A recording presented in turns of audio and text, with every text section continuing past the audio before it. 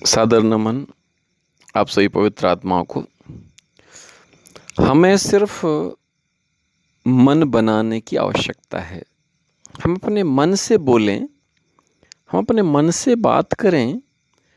हमें चाहिए क्या है, हमारे अंदर की इच्छाएं क्या हैं, हम चाहते क्या हैं, हम स्वयं से क्या चाहते हैं, सामने वाले से क्या चाहते हैं। वास्तव में यदि हमने किसी चीज़ की चाह की है और यदि हम उसके प्रति संकल्पित हैं, समर्पित हैं, तो निश्चित मानिए कि वो चीज़ हमारे पास आएगी ही, तय है। इसलिए इस बात का हमें ध्यान रखना है कि हमें परमात्मा से क्या चाहना है, परमात्मा से हमें मांगना क्या है, हमें मन से क्या प्रार्थना करनी है, हमें मन से क्या विचार करने हैं। हमारे मन में जो भी विचार आते हैं ना, उन विचारों के प्रति हमारा जो समर्पण होता है, उस पर प्रकृति काम करती है। और निश्चित मानिए कि जिस पर हमारा मन काम कर रहा है, प्रकृति काम कर रही है, अगर मन और प्रकृति दोनों एक साथ मिल जाते हैं, संसार की कोई भी क्रिया अधूरी नहीं हो सकती है, अप्राप्त नहीं हो सकती है। निश्चित रूप से वो मिलेगा ही। समर्पण एक बड़ी बात होती, संकल्प एक बड़ी बात होती। संकल्प और समर्पण से परमात्मा भी पाया जा सकता है, परमात्मा भी मिलेगा। इसके लिए कोई अच्छा श्रेष्ठ गुरु मिले, जिसके द्वारा हम लोगों को अपनी भावनाओं को समझा सकें और स्वयं को समझ सकें। बिल्कुल उसी तरीके से जिस तरीके से सूर्य जब हमें सामने दिखता है, हमें प्रकाशवान करता है, उसकी ऊर्जा से हमें जो तपिश मिलती है, उसकी ऊर्जा से हम जो ऊर्जावान होते हैं, उसकी ऊर्जा से हमें जो जलन भी होती है। हमारी सहन शक्ति के ऊपर सारा कुछ निर्भर है, हम कितनी ऊर्जा, कितना तापमान सहन कर सकते हैं।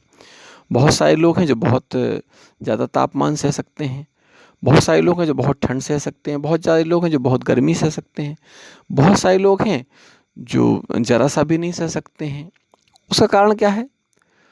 प्रकृति के कितना नज़दीक हम रहे हैं, प्रकृति के कितना हम साथ में रहे हैं, वो धीरे धीरे धीरे धीरे उसके अनुकूल होता जाता है हमारा यह शरीर भी।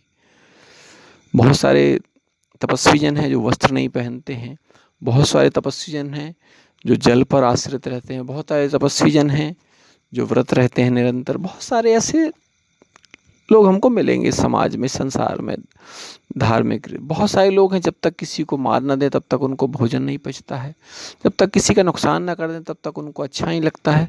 लेकिन ऐसे लोगों की संख्या संभवतः बहुत कम हो सकती है। तो हमको बार बार अपने मन में ये बात लानी पड़ेगी कि हम चाहते क्या हैं, हम करना क्या चाहते हैं, हम पाना क्या चाहते हैं।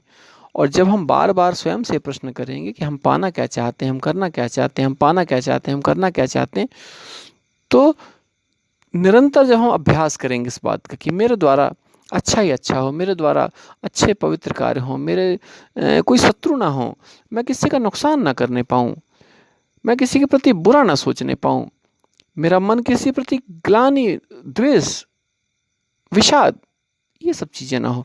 मेरे मन के अंदर सिर्फ प्रेम ही प्रेम हो, श्रद्धा ही श्रद्धा हो, पवित्रता ही पवित्रता हो। जब हम इस बात का संकल्प ले लेते हैं, इस बात को प्रार्थना के रूप में स्वीकार करते हैं कि प्रभु मेरे द्वारा सिर्फ अच्छा ही अच्छा होना चाहिए। मैं प्रार्थना करता हूँ, सर्वे भवन्तु सुखिनः, सर्वे सन्तु निरामयाः, सर्वे भद्राणि पश्यन्तु मा कश्चित् दुःखभाग्। ऐसी हम प्रार्थना करते हैं, हम गुरु से प्रार्थना करते हैं, हे गुरु, हे परमात्मा, आप इस पवित्र कार्य को पूरा करिए, मेरे संकल्पों को पूरा करिए। मेरे संकल्प किसके लिए हैं? लोगों के कल्याण के लिए हैं, लोक मंगल के लिए हैं। मुझे कुछ नहीं चाहिए, लेकिन लोक मंगल हो, लोगों का कल्याण हो, हमारे बीच में ही तीर्थों का निर्माण हो, हमारे बीच में ही हमारी नदियों का पूजन, हमारे वृक्षों का पूजन, हमारे परिवार का पूजन, हमारे माता का, हमारे पिता का, हमारे बच्चों का, हमारी देवी का, हमारी बहन का, सारे लोगों का पूजन हो सकता है। हमारे अंदर भाव की पवित्रता हो, हमारे अंदर किसी तरीके का कोई ग्लानि ना हो, शोक ना हो, कष्ट ना हो। और जब हम स्वयं को प्रेरित करते हैं, स्वयं को खुश रखने का प्रयास करते हैं, तो निश्चित मानिए कि हमें कोई कष्ट दे नहीं सकता है। अगर हमने स्वयं को कष्ट देना चाहा है तो ही हमको कष्ट मिलेगा। जो चीज़ आप बाँटते हैं, जो चीज़ हम बाँटते हैं, वो चीज़ हमारे पास कहते हैं कई गुना होकर के लौट करके आती है। तो हम लोग बाँट क्या रहे हैं? हम लोग तो विषाद बाँट रहे हैं, दुःख बाँट रहे हैं, कष्ट बाँट रहे हैं। और फिर हम लोगों के पास जब विषाद, दुःख, कष्ट ये सब आता है तो फिर ग्लानि क्यों होती है हमको? नहीं, हमको ग्लानि नहीं होनी चाहिए। फिर हमारे अंदर की जो चीज़ें निकल के आ रही हैं बाहर, उसको हमको समझना है, देखना है, स्वीकार करना है। क्यों स्वीकार करना है? क्योंकि हमने जो बोया है वही हम काटेंगे। हमने बोया क्या है? अब हमको ये तय करना है, या हम बोने के लिए हमारे पास में बीज कौन-सा है, हम कौन-सी फसल चाहते हैं।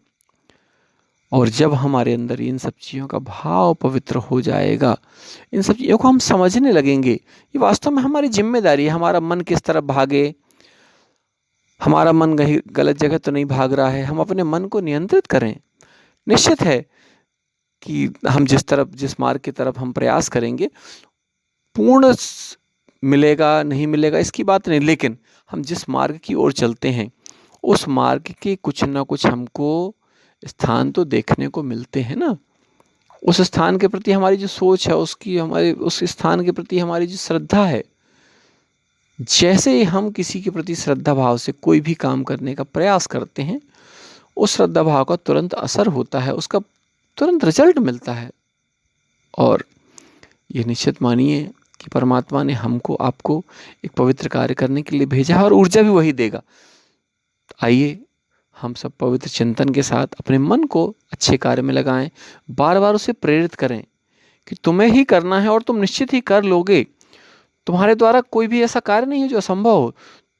हम जिस परमात्मा की संतानें हैं, उस परमात्मा ने हमें आशीष दिया है, आशीर्वाद दिया है, कृपा की है कि हम जो चाहेंगे वो हम पा सकते हैं। बस एक बात निश्चित रूप से तय रखें मन में कि हम अच्छे मार्ग पर ही चल कर के उसे प्राप्त करेंगे। गलत तरीके से हम किसी चीज़ को कभी हाथ नहीं लगाएंगे, किसी चीज़ को प्राप्त नहीं करेंगे। ऐसा मन में भाव रखें, ऐसा संकल्प रखें और निश्चित मानिए एक दिन आपका मन जो कह रहा है, आपका मन जो चाह रहा है, वो सब कुछ आपके हमारे हाथों में होगा। हम मानवता को जीवित रख पाएंगे, हम धरती पर स्वर्ग बना पाएंगे, हम देवत्व का उदय कर पाएंगे। आइए हम सब मिलकर पवित्र संकल्प लें। जय हिंद, जय भारत, धरती माता की जय, आप सभी पवित्र आत्माओं की जय, भद्रकाली माता की जय हो, जय हो, जय हो।